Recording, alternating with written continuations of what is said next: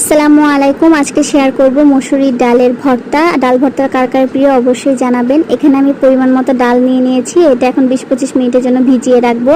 আর ডাল ভর্তাটা তৈরি করার জন্য এখানে আমি পেঁয়াজ কুচি, রসুন, কাঁচামরিচ আর বোম্বাই মরিচ নিয়ে নিয়েছি। বোম্বাই মরিচটা নেওয়ার ট্রাই করবেন একটু ঝাল এবং গন্ধযুক্ত, তাহলে ডাল ভর্তাটা বেশি মজা লাগে। এরপর আমি কড়াইতে পরিমাণ মতো পানি দিয়ে নিয়েছি। এটাতে এখন ডাল, কাঁচামরিচ, রসুন আর সামান্য পরিমাণে একটু লবণ দিয়ে নিয়েছি।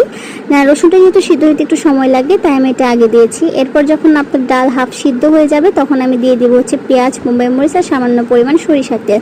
আমার ডাল কিন্তু হয়ে গেছে। এখন একটা চামচ দিয়ে এভাবে গলায় নিব, তাহলে এটার যে ভিতরে পানিটা সেটা বের হয়ে যাবে।